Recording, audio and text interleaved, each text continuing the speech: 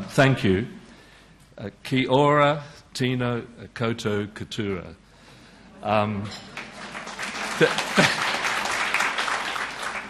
I was the worst language student the University of Queensland ever had, so I hope you understood what I was trying to say, and thanks to Margie, wherever she is. She was my tutor for that. It's an absolute pleasure to be here at the conference, taking stock and moving forward, and I'm part of the taking stock. My title, Challenging New Modes of Educational Accountability. I'm going to be looking more at the international scene, PISA. Now, I know you're primary teachers, but I think the developments with PISA, and I think the accountabilities around achievement standards in New Zealand are part of the broader global view and what's happening in nations around the globe, but also what's happening in what I would call a global field. And so I think these new modes of accountability are challenging, but I think we need to challenge them. And I would most sincerely like to thank NZEI Te Ruaroa for this invitation and for the hospitality that's been shown to me and my fellow speakers. It's been absolutely wonderful. And each time I come to New Zealand, I think there's so much Australia could learn, particularly in terms of recognition of Indigenous Australians and Indigenous culture. And so I think one of the things about taking stock is the things you should hold on to. And I think there are some wonderful things that you do, traditions that we need to hold on to and ensure that changes in schools don't see those things disappear. I'd also really like to congratulate NZEI Te Ruaroa for commissioning the research, the RAINS research analysis and insight into national standards. I think it's wonderful that the union has sought evidence, and I'll say something about that in a moment. And in a way, the final report that most of you would have read sits at the centre of this conference, and I'd like to congratulate Martin for his research, his contribution to this, his broader political commitments, and Michelle White, who's edited this with him. I wanted to put this slide up because today we hear so much, and it's a mantra in Australia that we will have evidence-based policy. And I always say we can only ever have evidence-informed policy, because I think policy consists in different ways for different policies at different times with different political motivations of at least three things that I've tried to represent, drawing on a paper from Head, in these intersecting circles, set theory, you know all about it, that policies have political judgments, there's professional knowledges, all of the knowledge, the deep and abiding knowledge about primary education contained within all of you, within this room. And then there is research and evidence. So that policy is never just evidence-based. I want to make that point. There's politics involved, and our response, of course, yes, we get more research because we know often we have policy-based research rather than evidence, rather than evidence-based policy. So my first point is that we always have evidence-informed policy, and so our responses need to take account of that. And in a way, reading the RAINS reports, the interim ones, listening to the discussion on the table, the briefings that our group had yesterday about New Zealand education, Māori education, and so on. I mean, I want to congratulate all of you and NZEI as well, because it seems to me the germ that Pasi Sahlberg wrote about the global education reform movement, in a way, in its harshest forms, has been resisted here. And it's been resisted through all of your particular professional and political commitments. And I think we've got Meg Maguire from England, and she's going to say something about what's happening there. And I think if there was a continuum about germ, they're sort of down there. There's the US, David Berliner, David Hirsch will talk about what's happening there, and they're down there somewhere. Australia's here, but rapidly going down there. And I think you've held the line. I mean, there are clearly a lot of the things happening in Australia here in different embryonic forms, but I think you've held the line, And I think knowledge, understanding, evidence is part of the politics of trying to hold on to the really good things that you do, and taking stock, always thinking about enhancing children's learning as the core for what we do. And I think in the current moment, certainly in Australia, pushing up test results has started to drive, and the teachers, I know, are very concerned about that. So my first point is that, yes, evidence, the research of RAINS is important, but there has to be a concerted politic as well to defend the things that you think need to be defended and to keep in the enhancement of all children's learning, in a socially just way, at the core of what the primary schools do. And Judith talked about in her opening remarks about the high-stakes policy. And I think what we've seen in education, as it's become more important, as it's been framed back to the economy and the future of a nation, its international competitiveness within a human capital approach, I think we've had more and more direct politicisation of education policy. And I was interested in Martin's comment from the RAINS project in relation to that. And in the Australian context at this moment, with a new government federally and one in my state of Queensland, we had the attack from the government all the time on the teaching profession, academics and education, and we're called the cultural left. I actually want to do a survey of all the teachers in Australia and see how many of them would tick this box as members of the cultural left, whatever that is. But there is a concerted media critique of educational researchers, teachers, schools, for being heavily politicised and so on. And I think Martin's research on RAINS is interesting there. Now, what I want to do, this is the structure of my talk. I want to comment on 4 elements of the RAINS project, and this is a pedagogical attempt in a way to try to connect into you, because what Martin did, you all were really understanding and at one with. It's your world. What I'm going to do is talk about some other things which aren't as connected, but I think and hope are relevant. But as a way in, I just wanted to comment from a research project I've been conducting with a team in Queensland in a rural, poor area, which once was affluent, isn't now. We've been looking in 8 schools and looking at the impact of NAPLAN, the National Assessment Plan, Literacy and Numeracy, their tests at year 3, 5, 7 and 9, and I'll say a wee bit more about that later.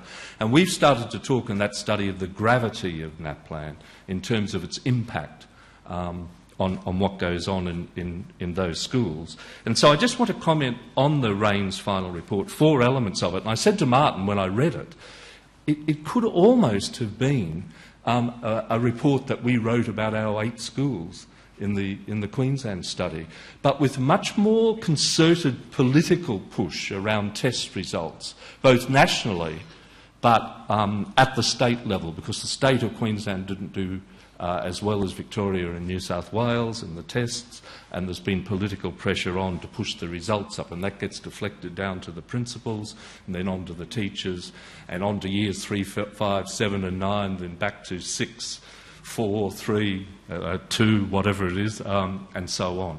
So the second thing I want to talk about is what I'm going to call the structure of feeling, the sort of this particular political moment we're living through, and talk about 2 big things in a way. One of the things I think that's going on in the context of the end of the Cold War and what Leotard called the rise of performativity and a new mode of governance. And the way there's a sort of global aspect to this, but it's always played out in particular places in a vernacular way, what some have called vernacular globalisation.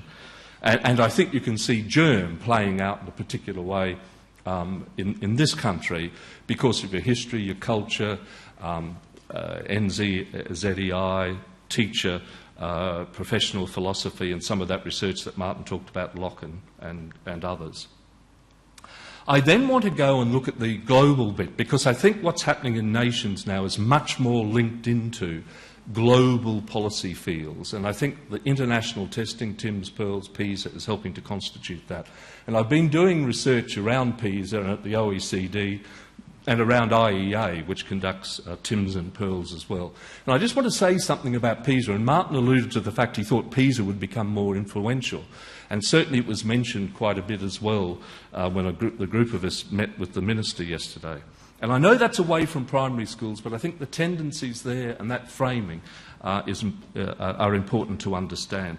I then want to look at some of the effects of this, and I did have a large section on that Queensland study and what was going on in relation to the gravity of NAPLAN, and I've decided not to talk about that so much, but to look at what's happened, particularly in the Australian context, but I think more generally with PISA, its impact, where it tends to be read as what matters as policy, whereas I think if you look at the data, it shows quite strongly that social inequality, and that's growing, is significant in what happens in schools and the opportunities open to young people and the performance of schools and the learning of young people. And also, and this is particularly pertinent in the Australian context, we've got this almost decontextualising of schools, and it's just teachers and sometimes principals who are deemed to hold all of the resources to push, most often in Australia now, test results up. And I want to talk about how the technologies of governance have worked there. And Lester mentioned about what counts is usually what counters, and I think it was Einstein that says everything that counts can't be counted. And I think we need to hold on to some of those things as well. And finally, I do want to say something about thinking about, because I think there's a politics around accountability that we should take back and try to develop a statement and position on. I've talked to the Australian Education Union who agree with that and have a small policy on it, but I want to think in the Australian context where we've now got vertical, top-down, test-based accountability, how can we challenge that with other modes? Because I think it's not appropriate to say we don't want accountability. We want accountability, but we want it with accountability around putting the learning and maximising that of all young people at the core of our mode of accountability. And there's a project I'm working on in rural Queensland, as I said, where we've been trying to do some things about that. And we were funded under the previous government. There's been a change of government. But I have to say we didn't get cut. The research has continued. And I want to say just a few things about that. So, just quick comments on RAINS. I know there's in the project and in the report there's talk about the quality of data and that raw data is used and not value added. And I think that's a good comment. But I also think we just don't want to be totally caught within the logics of data. Like, data can be liberating and informing, but it also can be a mode of control. And the questions of how you compare across time and compare schools. So there are important data questions there.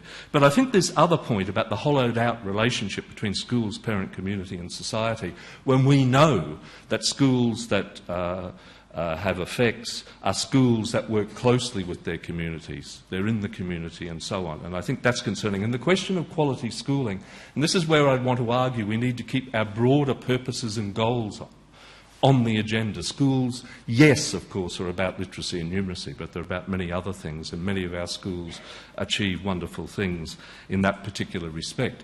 And what struck me, and I'm trying to write a paper about this at the moment, I've been interviewing people at OECD, about 30 or 40 of them, senior people in England and across the states and the federal bureaucracy in Australia, and then doing this work out in schools. We've now been for 2 years out in these 8 schools.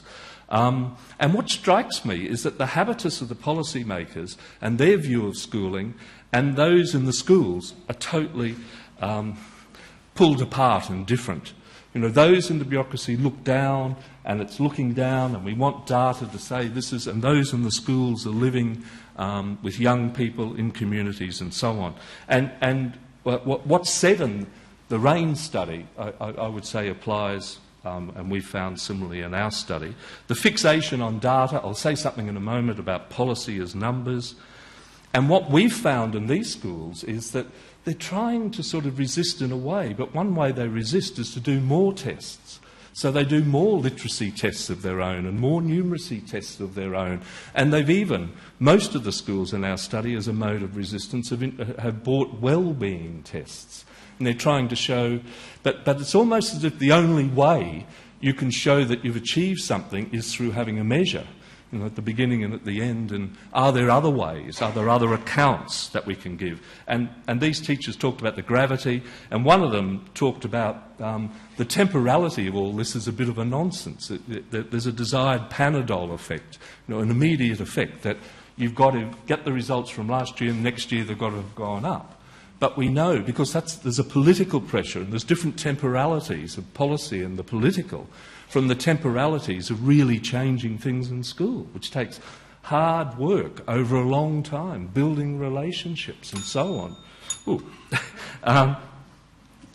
The third question that Raines, or one of the questions Raines asked was, limited external pressure, Martin says, but New Zealand primary schools are changing.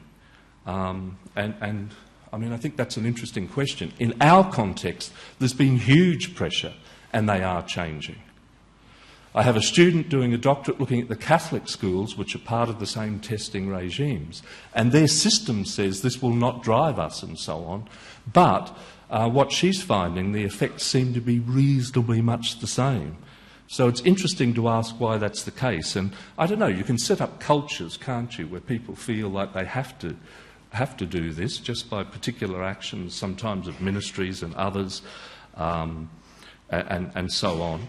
But there's also a sort of governmentality, and I think we're a state-controlled profession in a way, aren't we, or less controlled maybe, but we're a mass profession where the state is a big player in this, and I think that's often part of that sort of compliance thing. But what sort of compliance is there?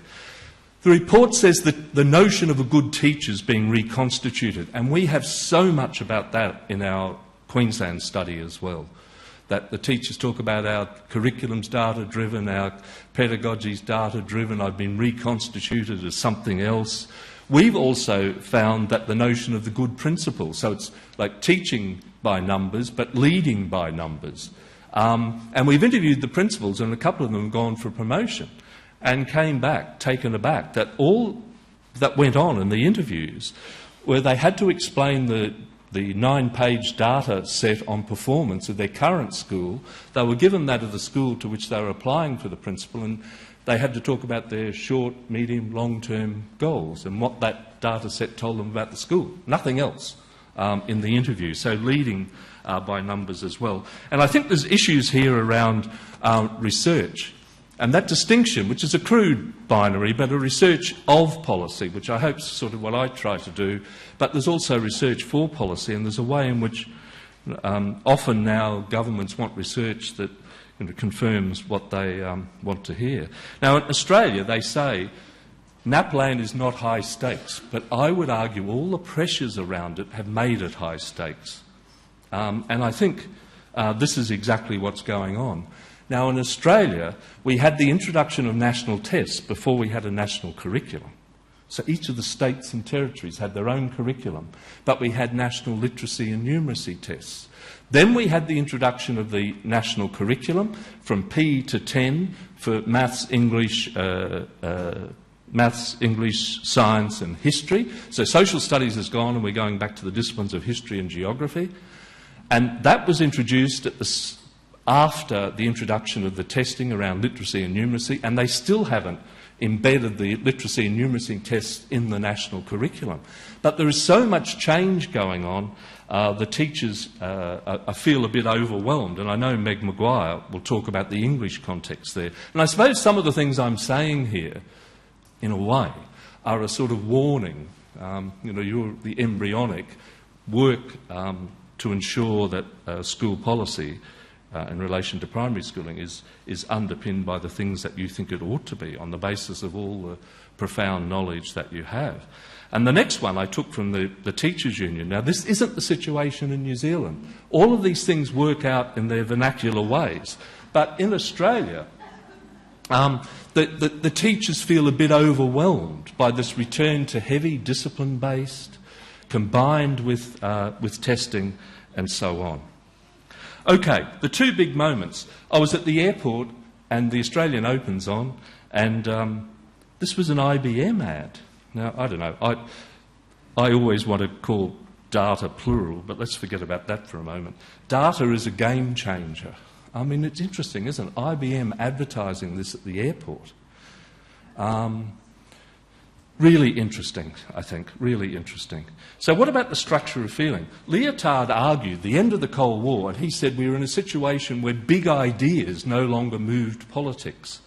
And he said what replaced it in a way was this sort of input-output equations, what he called performativity. Stephen Ball in Education has said performativity is a technology, a culture, a mode of regulation that employs judgments, comparisons and displays as means of incentive, control, attrition and change based on rewards and sanctions. And the issue of who controls the field of judgment is crucial. Now, this is how your situation, I suppose, with OTJ is different from the Australian situation with NAPLAN and the situation in the States and in England, I suppose, but a politic around who controls the field of judgment.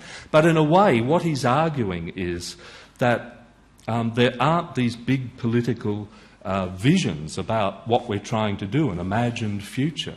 We're much more into a sort of managerialist incrementalism or individual interest driving the political. And if you tie that with what Power's written about, and this is linked, I think, when we look at the performative, I think it's linked to the restructuring of the state, new managerialism and how that's moved on. And Michael Power's talked about the growth of audit, the audit explosion. As we've got a hollowing out, a thinning out of the centre of relations, say, to schools, which goes way back to 1989 and tomorrow's schools here, the new public management, the demand for greater public accountability, you have that here, etc. And so we've got this audit and numbers. The complex operations of hospitals, schools and police forces become auditable and inspectable by virtue of abstracting from their first order performance objectives and by focusing on the managing system for defining and monitoring policy. And you get this policy as numbers. And I just put this chart here because there are a range of national policies under the previous government in Australia, a national literacy policy, one for poor communities. But the states had to agree with the Commonwealth Government targets for improvement on test scores.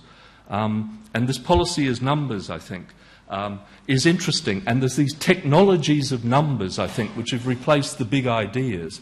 And one of the things I'm going to show is that tests like PISA and in Australia NAPLAN, I think, have reduced the construction of what a socially just schooling system might look like. It was interesting. I researched with my colleague Sam Seller these targets, interviewed everybody about them, and the states had to set targets with the Commonwealth, and if they met their targets, they got reward monies.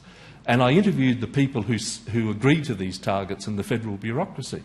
And Queensland got reward money because they set low targets, they gamed. Victoria set high targets, didn't meet them, they didn't get their money. And the whole thing, and the principals in our study in Queensland say the system gamed the federal government, but they're on to us about gaming them about the sort of data. But that policy is numbers. Leunig, Australian cartoonist, and I think the man there mightn't be sexist. I think interesting. I like that cartoon.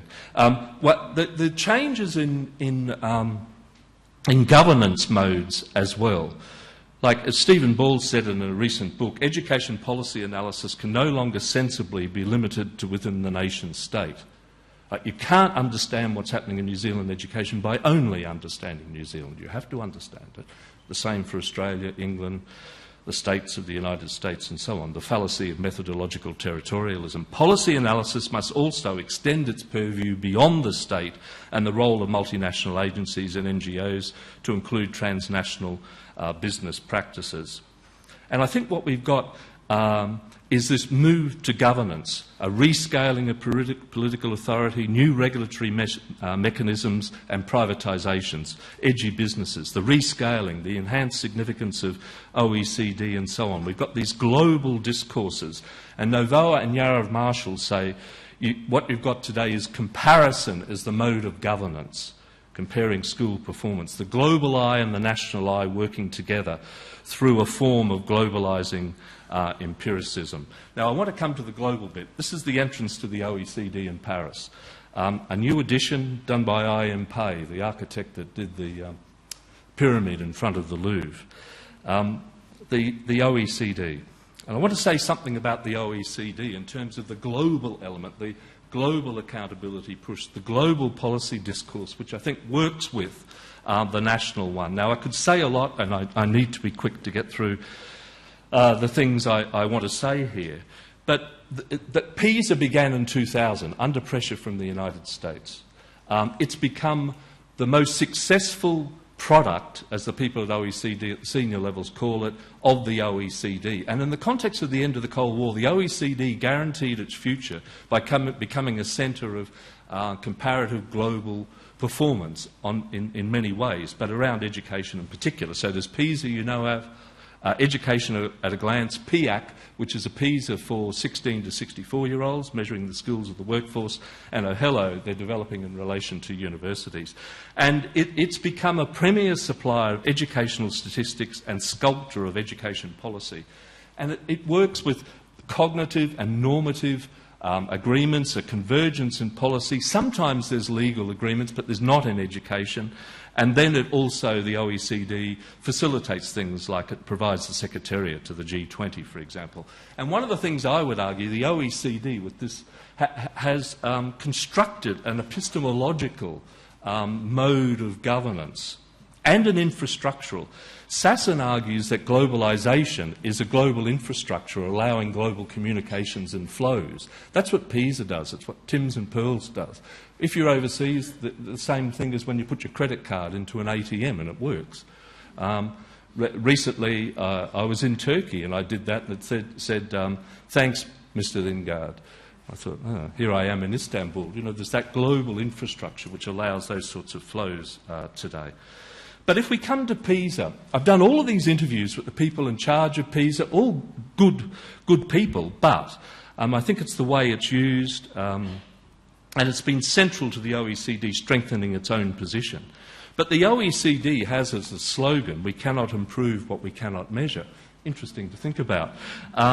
And one of the senior people I interviewed said that we have to have the broadest possible picture of the global talent pool. That's why we need PISA, PIAC and these other things. And what we've argued after doing all of these interviews, that they want to expand the scope, more skills measured, the scale, more countries, and explanatory power of PISA. If we take expanding the scope, and this is where we're going to go, and it's interesting to me, when I've talked to senior policymakers in Australia about accountability only being measured around NAPLAN scores, 3, 5, 7, 9, yet we have in Australia something called the Melbourne Declaration, which is this high sounding, agreed by all the systems, government, non-government schools, goals and purposes of Australian schooling.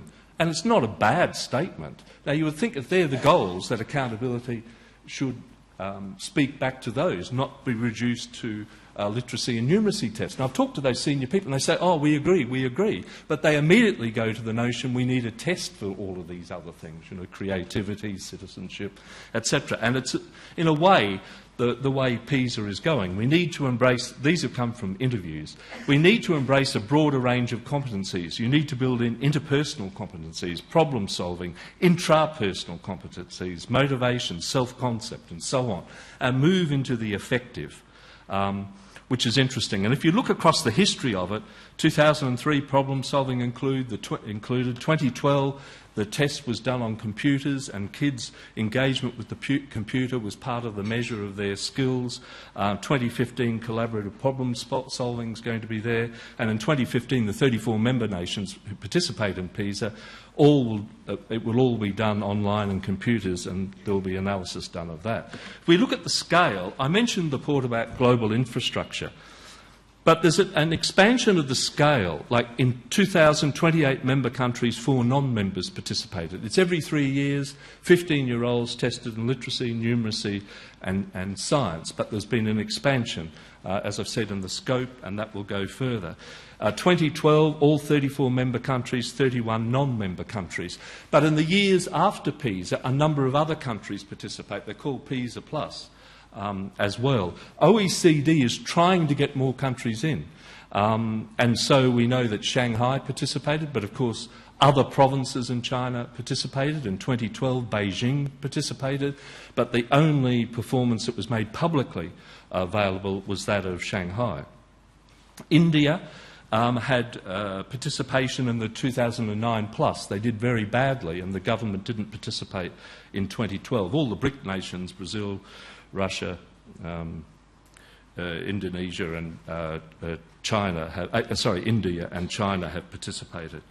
It's interesting, I've done some research with my colleague Sam Seller on nations' response to Shanghai's performance on the 2009 PISA, which was interesting. And we've written a paper called Looking East. In Australia, the Prime Minister at the time, Julia Gillard, said Australia was in danger of becoming the runt of the litter in Asia. Barack Obama said this was the 21st century equivalent of Sputnik, a wake-up call for the US. Michael Gove said, and I wondered how much he knows about Chinese history, but he did say, England needs a cultural revolution like China had. I thought maybe it tells us something about his quality as a historian. But the last point I've got there are the PISA-based tests for schools. This is very interesting because those new governance structures, so the global's involved and those international organisations, and you come down to nations, but so you've got hierarchical relationships, but you've got new networks and new policy communities, and edu-business is part of that.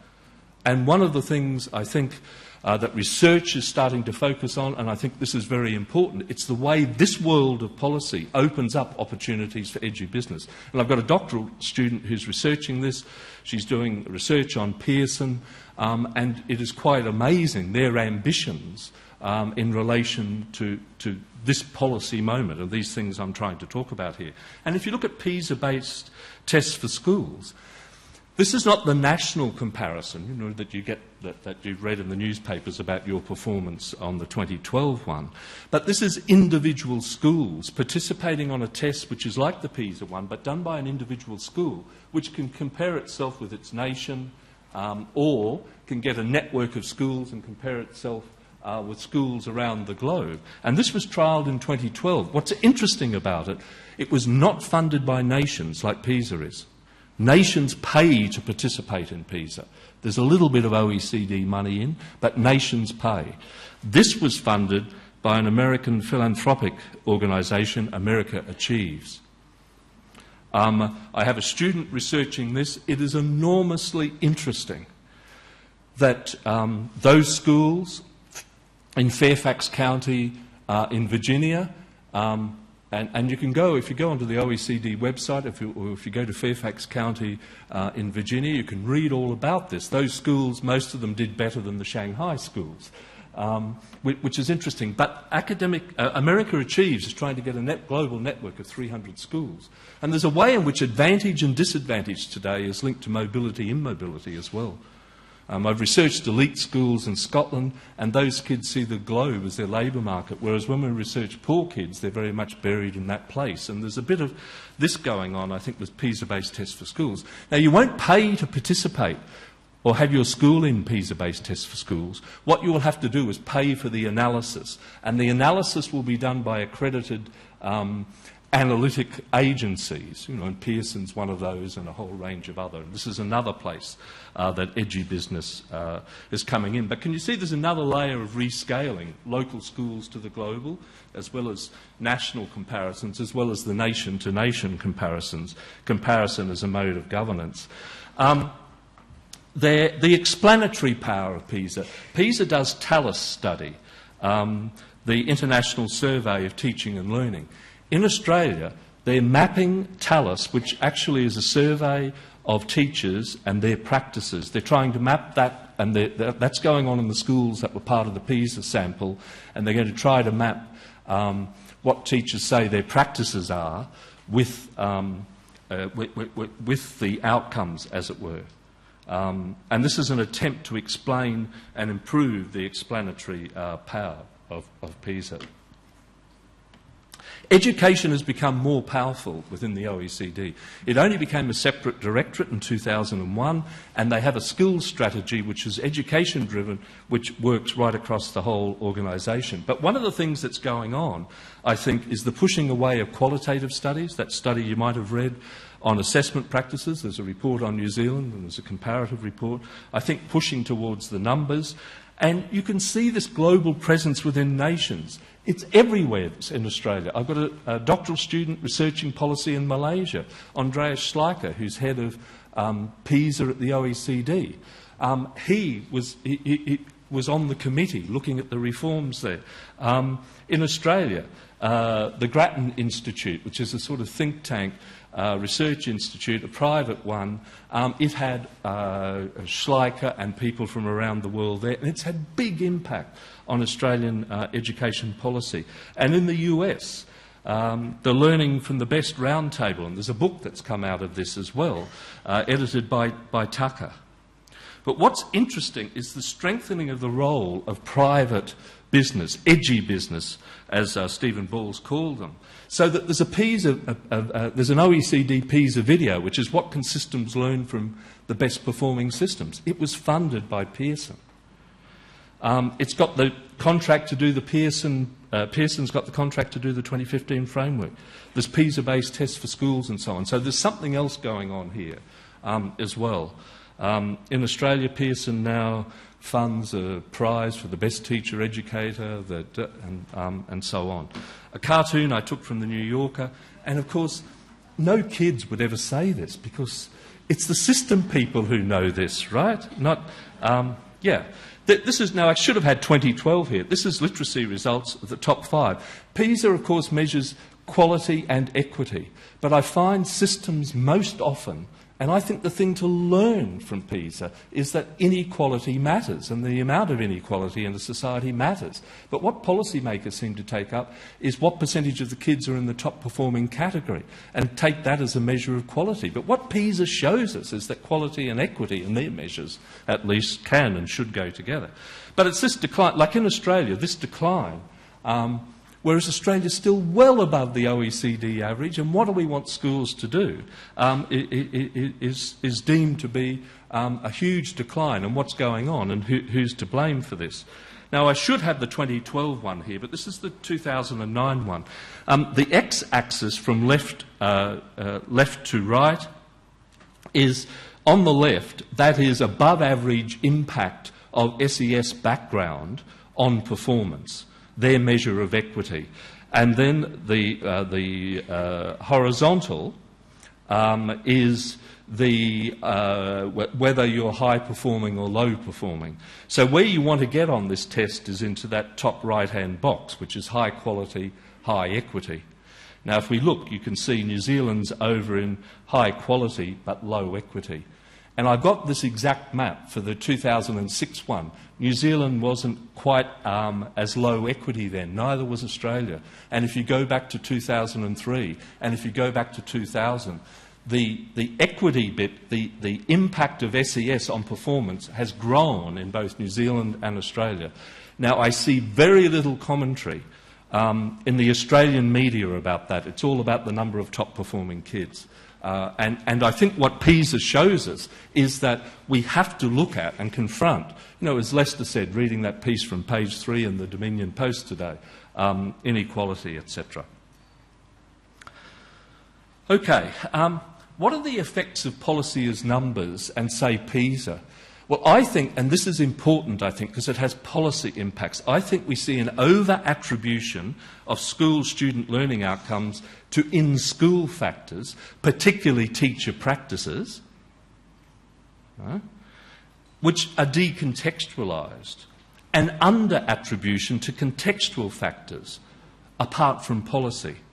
That is, there's no reading, which is that it's the amount of inequality, and I want to say something about that. We have to hold on to an argument about teachers and schools making a difference, but they can't make all the difference in a society that's becoming more unequal. And that has to be confronted by policy.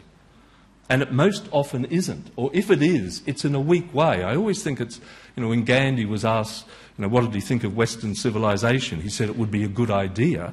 I often think it's the same when you look at what governments have done about redistribution. Well, it would be a good idea. I mean, I think the amount of redistribution doesn't get anywhere near the extent of the policy. But we've got to look at the interplay between the two. We've got to complexify, if there's such a word, policy, rather than these simplistic, it's teachers and their practices, while recognising that teachers and their practices and principles and their practices are important. And I think there's some suspicion, as Hennig has argued, that attention to non-school factors, concentrated poverty, social services, housing, public health, will be used to excuse poor teaching, and has led to this narrowly focused, and what I want to say is we need to have a more complex picture. Now look, I was getting quite academic here, but I think you can think of education as an idea, social justice as an idea, or you can think of it as a field of governable practices, technologies. And I think the technologies have taken over from the ideas. It's part of that performativity I was talking about before. And I just want to give examples of how NAPLAN and PISA, I think, focus on teachers, focus on policies and deny social inequality. If we take PISA, Mayer and Schiller, in a recent book, argue that in the official presentation and reception of PISA, non-educational factors are typically ignored or at best treated as residual noise. And they talk about and challenge the over-attribution to in-school factors on PISA performance through considering what they call socio-economic and cultural variables. They also show the higher the GDP, the better the performance. Which has a stronger correlation with the performance than what's spent on education, and that's interesting to think about. But the bottom point is the one I wanted to pick up from them. They talk about some cultural variables, individualism, I suppose, in the sorts of capitalist societies, New Zealand, the US, Australia, Canada, etc., and what they call power difference, that is a more deference to authority structures in some Asian countries. And they talk about individualism and power difference. And they talk about a Western and an Eastern pattern of high performance on PISA. And they say to be successful on PISA, a country has to be relatively affluent. There's that correlation, and we know about correlation. Individualistic and relative egalitarian, and I'll come to that in a minute. It's the societies which are more equal overall, which have better overall high-quality, high equity performance on PISA, or are affluent and accepting of powerful, pronounced power differentials, the Eastern pattern. They also mention how ethnic homogeneity is a further plus. And it's interesting about who you should compare with whom. Interesting question, and they have something to say about that. But I wanted to pick up this paper by Dennis Condren, which was in the Educational Researcher, one of AERA's journals. And basically what he does is to say, how do we understand, say, Finland, as its performance was up to 2009 at the top, apart from Shanghai, high quality, high equity, and the US? And is it that there's a trade-off between, emphasising those at the top or pushing for more equal provision? Is there an equality achievement trade-off in affluent societies? And so he looks at the amount of inequality in both, and he shows that if the Gini coefficient of inequality in the US was the same as in Finland, their scores would go up about 25 on each of the measures. But he says nobody in policy terms ever talks about that. It's more focus on the schools, the teachers, test results and so on. So we've got to have this both-and understanding. More equal egalitarian societies have higher average educational achievement on PISA and a higher percentage of high-performing students and a lower percentage of low-performing. And he talks about the changes in the US from the sort of New Deal and egalitarian capitalism to market capitalism. And I think I've made the point. And there's some I always think it's interesting in Sahlberg's book, he quotes a former Director General of Education in Finland who describes and explains the success of Finland on PISA by saying it's the legacy of liberated peasants, the spirit of capitalism and the utopia of socialism. Interesting, I think. Schools are embedded within their economic systems. And I've got a couple of quotes below here from the Spirit Level, Wilkinson and Pickett's book, which has sold huge in the US. And their argument is it's not just the inequality and how that links to individual kids' performance, but the extent of inequality affects the spread of educational performance. I mean, if we look at the bottom, if a nation wants higher levels of achievement amongst all students, it must address the underlying inequality, which creates a steeper social gradient in educational achievement. I mean, how do you do that? Redistributive policies and so on. People can have this PowerPoint if they want it. I've noticed people taking some photos. And look, I just put this up. It's 2009. It's performance on numeracy. But it's just to make a point there are cultural differences as well. And if you looked at Shanghai performance, the sample was that the mean score on maths was 600, the standard deviation 102. If you look at Australia, the students, 158 of them of Chinese origin, the mean score was 615, whereas non was 515 and the standard deviation was 101. The Chinese-born students in Australian schools perform more like the Chinese students in Shanghai than the ones tested, at least, than Australian students. And the same is true for New Zealand. But look, I'm just trying to make the point. We have to have a complex understanding of what the factors are that contribute to performance in schools. And if we've got deeply unequal societies, that's going to be more difficult. Now, look, let me just say something quickly about NAPLAN in Australia. 3, 5, 7 and 9, you can see what it tests. And every school's results are put on a public website called My School, light red, pinkish red if you are below the national average, light green, dark green if you're a little bit above and a lot above, then the same for the state level, then the percentage of kids that are meeting the national threshold scores for each. But the thing I want to talk about, and it's well motivated, but I don't think it works, is the development of this thing called ICSIA, the Index of Community Socio-Educational Advantage. And it's looked at the research. It's a bit circular, but it classifies schools which have, on the basis of their data, populations like other schools. And every school has 60 statistically similar schools. And every school's performance is compared with those other 60 statistically similar schools. This is on the My School website as well. Now, one school I've been in, a very middle-class part of Brisbane, the principal said, Bob, and he pulled it up and showed me Geelong Grammar School, perhaps the most privileged school in all of Australia. That's one of his, his is a very middle class, but it's in a suburban school, and he says, well, what does this mean, sort of? And the interesting thing is, most of the principals don't know most of the schools because they're spread out all over Australia. Your statistically similar schools might be in Darwin or Perth or Sydney or Melbourne or and it's the way in which the sort of non-local locals. It's almost saying if you're in this school here in this part of Brisbane, your context is identical, to one in this other part. I mean, there's interesting stuff going on with space and so on there. But the interesting thing to me is your performance is measured against the 60 statistically similar schools. And if you're above, there's the greens and below the reds. But of course, next time, if you go up or down, someone else has got to go up or down.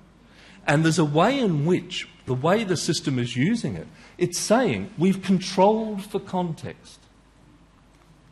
So the 60 statistically similar schools, the only thing responsible is the school, the principal and the teacher. There's a sort of responsibilising.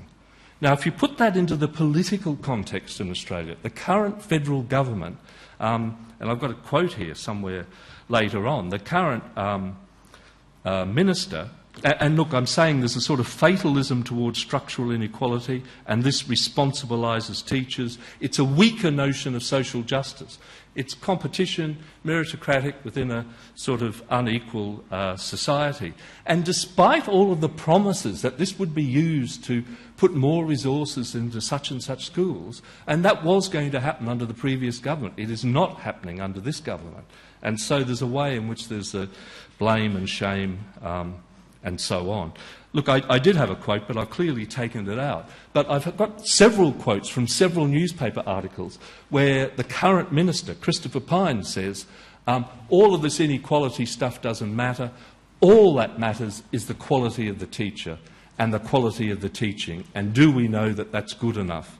Right? And yet what you can see in Australia, as inequality's grown in the society, the equity thing in PISA's gone up, but there's a way in which the data is being used to sort of exclude any understanding of inequality and put all the focus on schools and teachers. And we've got to walk quite a sophisticated line through this.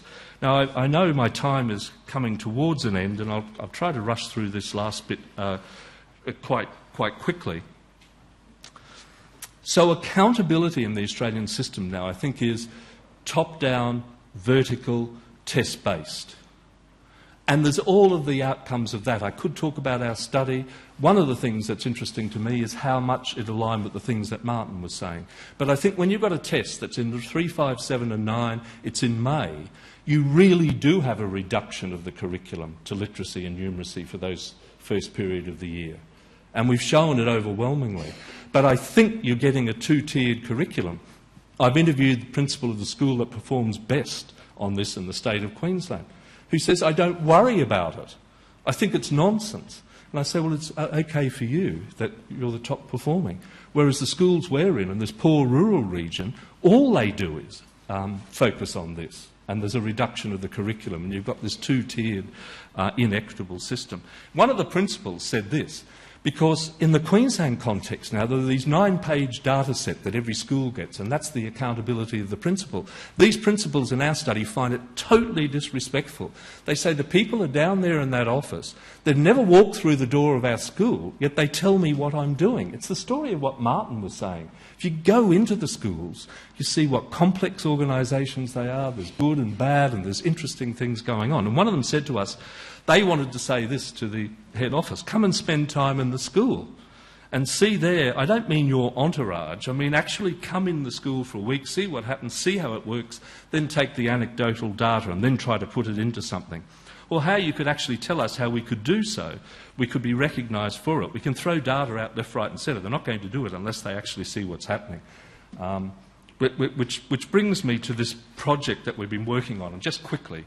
And this doesn't play in the same way in the New Zealand context. In Queensland, we've been weak in terms of the development of school boards. And schools haven't really been so much, apart from the Indigenous ones located in their communities.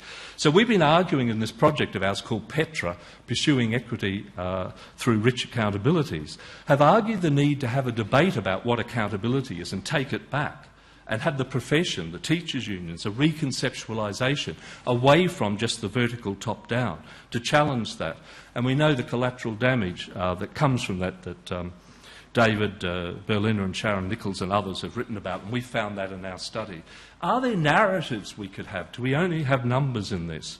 And we've been arguing for what in the United States is called opportunity to learn standards, a voicing of the profession and the communities back to the policymakers. So not vertical, just top-down gaze, but one that goes back up.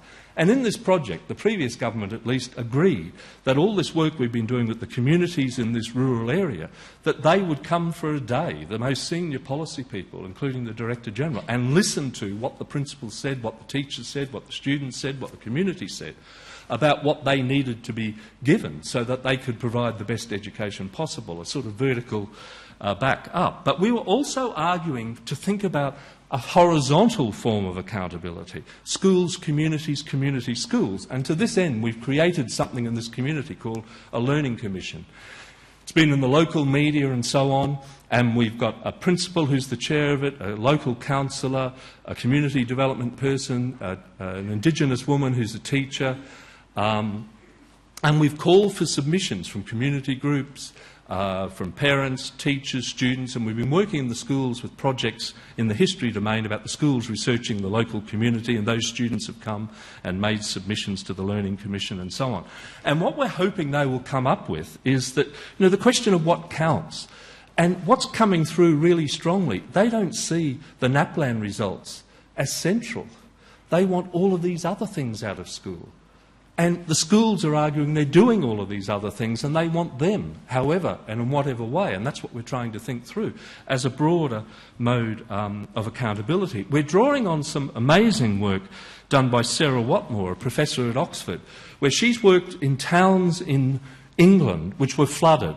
And they've taken in hydrologists and scientific experts, but worked them alongside people who know the local community. And their flood mitigation has come out of a conversation between experts and the locals. And that seems to have worked much better. I mean, go and have a look. There's a whole website about that. And that's what we're trying to do. We're trying to put data, evidence, experts, views, to develop this notion of what do we think these schools and this community are about, and how could we give accounts to show we're achieving these things. Yep. And we also, I think, need to redefine social justice. So, if I could just come to the conclusion. I think political, moral, ethical issues to do with education and social justice have been reframed by data. Data constructions of them become technical issues. And in Australia that's NAPLAN as well as PISA. We need to open up debates about them and think about what a socially just system is. There's a politic around that, I think, and rework the concept of social justice in education. What would a socially just schooling system look like for school? Raise issues about richer, more intelligent forms of accountability linked to broader purposes and challenge the reductive effects of test-based, horizontal, one-way gaze. Think about opportunity to learn standards, horizontal accountabilities. And this has come through in our study, and it's so obvious, but I haven't seen very much written about it, are the different temporalities of the politicians, the policymakers, and those who actually live and breathe and work in schools about how you change things. You know, and how long it really takes to change things in an important and profound way. But, you know, there's that what one of the teachers in our study called the Panadol effect. You have to, tomorrow, get improved results, and that has all of the negative and reductive effects. I think we really need to challenge the reductive effects of this form, one-way, top-down, vertical accountability on schools serving poor communities. We've seen a reduction to teaching to the tests, a reduction of the curriculum. The teachers just see data.